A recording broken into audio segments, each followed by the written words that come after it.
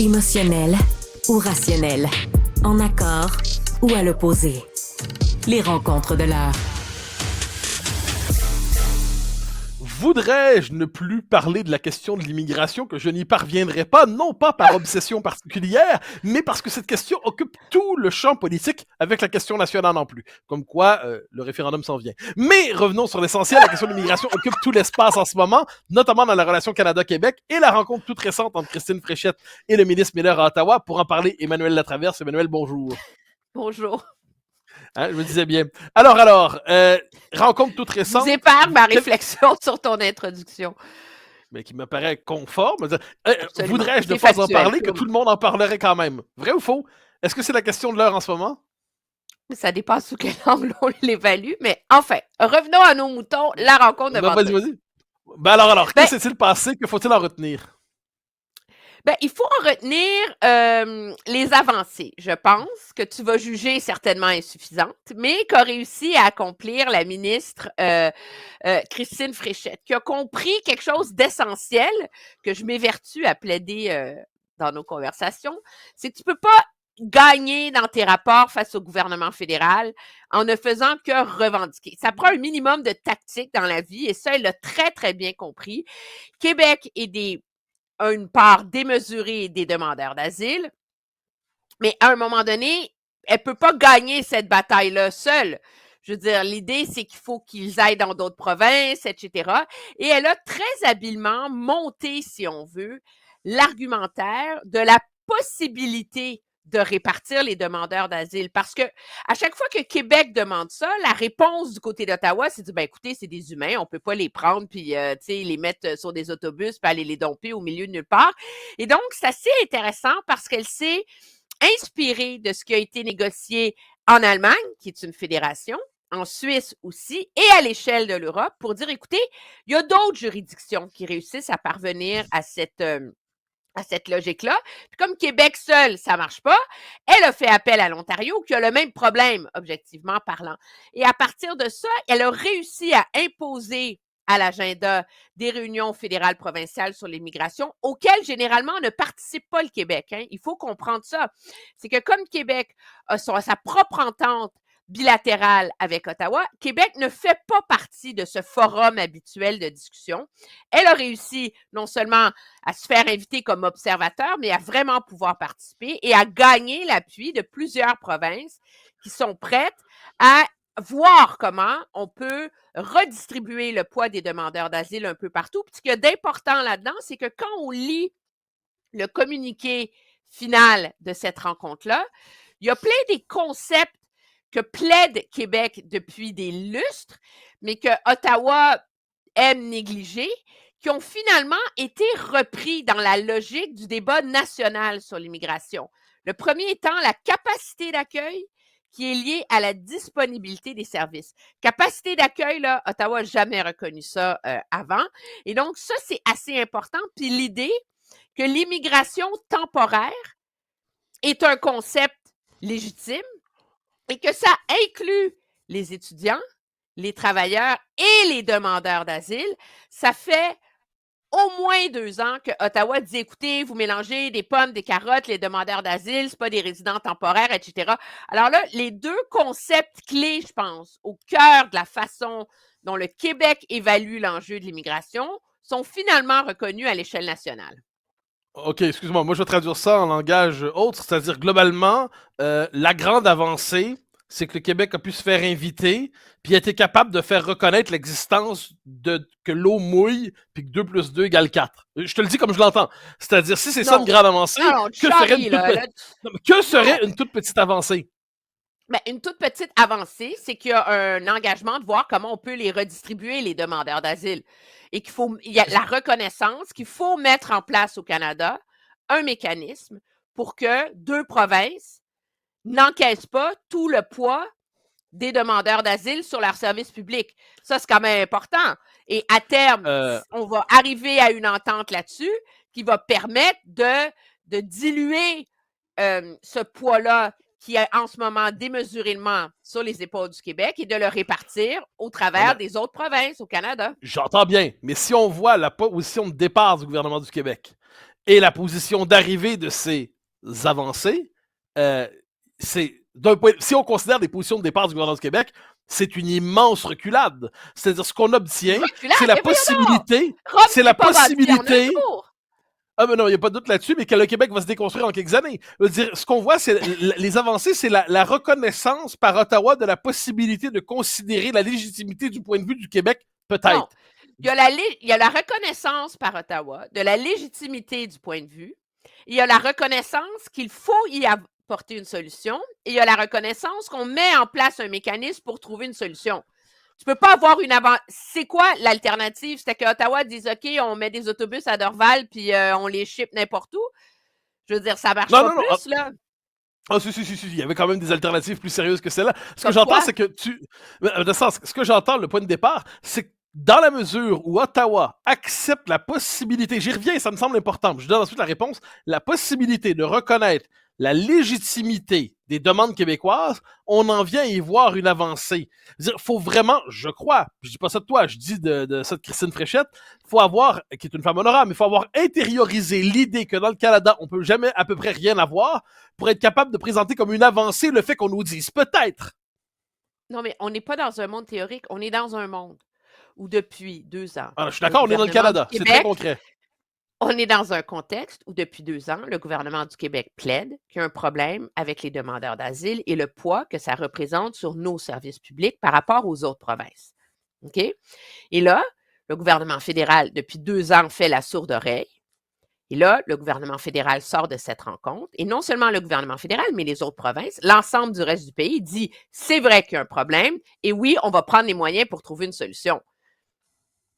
Alors, si je comprends, mais pour toi, si je comprends bien... Ben, c'est une avancée. Je veux dire, tu peux pas espérer gagner si tu n'es pas sorti, Manuel, si tu n'as pas fait accepter aux autres que c'est légitime ce que tu penses. Je te le traduis en termes de régime alimentaire, ce qui est un peu ma manière quelquefois de présenter ça.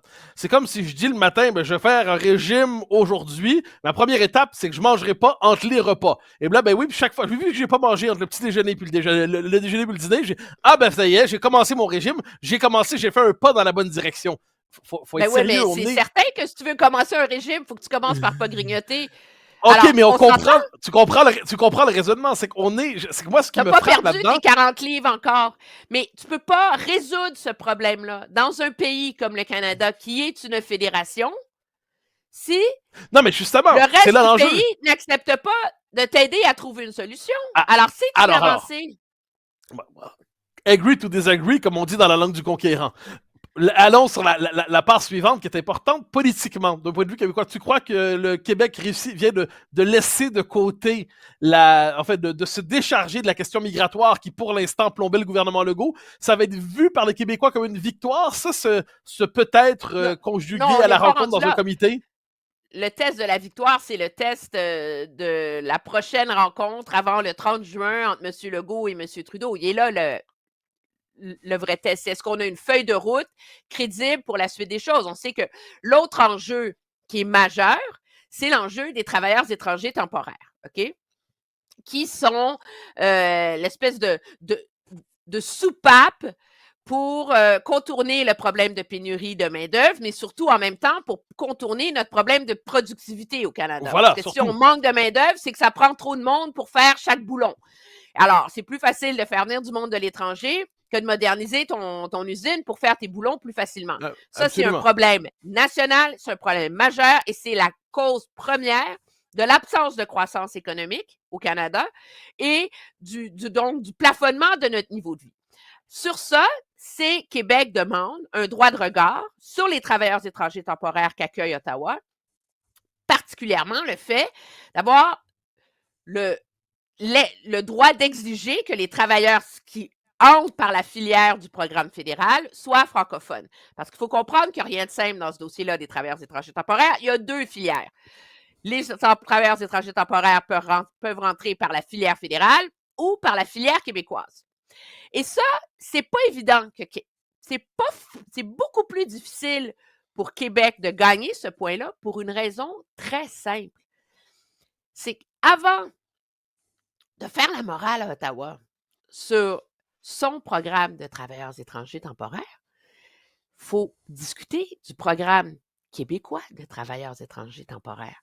Et ça, tu auras remarqué que c'est l'élément de la discussion que Québec désire et tient à occulter. Hein? On n'en parle jamais de ce problème-là. On n'en parle jamais de cet enjeu-là. C'est toujours la faute d'Ottawa. Ce qu'il y a d'intéressant, c'est que si tu regardes les chiffres, en 2023, je suis allée voir, il y en a 59 000 travailleurs étrangers temporaires au Québec qui sont issus de la filière fédérale. OK? Il y en a 107 000 qui sont issus de la filière provinciale. Alors, objectivement, c'est le free-for-all des deux côtés.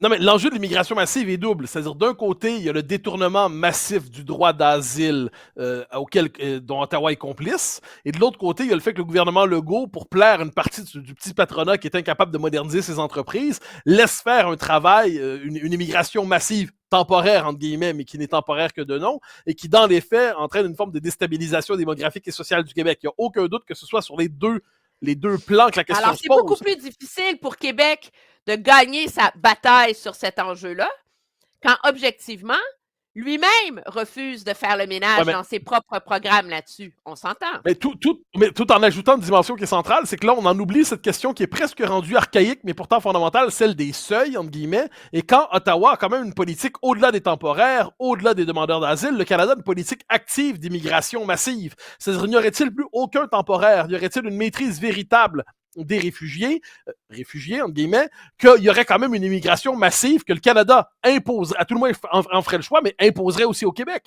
C'est-à-dire, si on n'a pas tous ces éléments-là dans notre réflexion, on réduit la question de l'immigration à une série de dossiers techniques, puis je me le dis avec un clin d'œil, on se réjouit du progrès du comité. Oui, mais la réalité, c'est que Ottawa a fait un pas de plus sur ce front-là qu'a fait Québec. Parce que le gouvernement fédéral, à partir de l'an prochain, là, va inclure les temporaires dans ses planifications d'immigration, parce qu'on s'est bien rendu compte à la lumière des chiffres de 2022-2023 que tu ne peux pas dire on accueille 500 000 personnes au Canada quand dans les faits, tu en accueilles 1,2 million parce qu'il y a tellement d'étudiants de tout le reste qui rentrent. Alors, Ottawa va les inclure dans sa planification, mais en une seconde, ce que Québec, à ce jour, a refusé de faire. Mais si je peux me permettre, en une seconde, ce qui est fou, puis je me permets d'insister là-dessus dans le débat, c'est qu'on en est vient à croire que 500 000, ça va être peu. On vient à croire que 500 000, ça va être un chiffre modéré, que 1,2 million, c'était peut-être un peu trop, mais 500 000, c'est réglo. Tout comme on se dit qu'au Québec, 50 000, c'est assez, alors que 50 000, c'était des chiffres de Jean Charest, c'est des chiffres de Philippe Couillard. Oui, mais donc, on est pas à 50 000, on est à 150 000 parce qu'il faut que je sais bien, mais je parle sur la question formelle des seuils. Je dis sur la question formelle des seuils. Laisse de côté les temporaires, laisse de côté tout le reste. Non, ce que je veux dire, c'est que non, mais c'est que la question des seuils veut dire quelque chose. Elle a une portée de 500 000 par année en soi. Que ce soit seuil, pas seuil, tout ça, c'est immense. C'est beaucoup trop en soi. Puis 50 000 au Québec. Puis là, c'est pas 50 000, c'est beaucoup plus. Mais 50 000, si c'était juste 50 000, ça serait trop. Donc, à un moment donné, le débat est complètement éclaté par des chiffres qui se multiplient, puis on oublie la donnée que l'immigration massive, chaque fois, s'impose. Même si c'est à 50 000, c'est de l'immigration massive, ça l'est encore plus à 150. Mais le problème, et je pense que c'est ce que Ottawa a finalement reconnu, c'est que le débat sur les seuils ne veut rien dire si tu ne tiens pas compte des temporaires. On l'a vu avec l'effet que ceux-ci ont sur la crise du logement, numéro 1.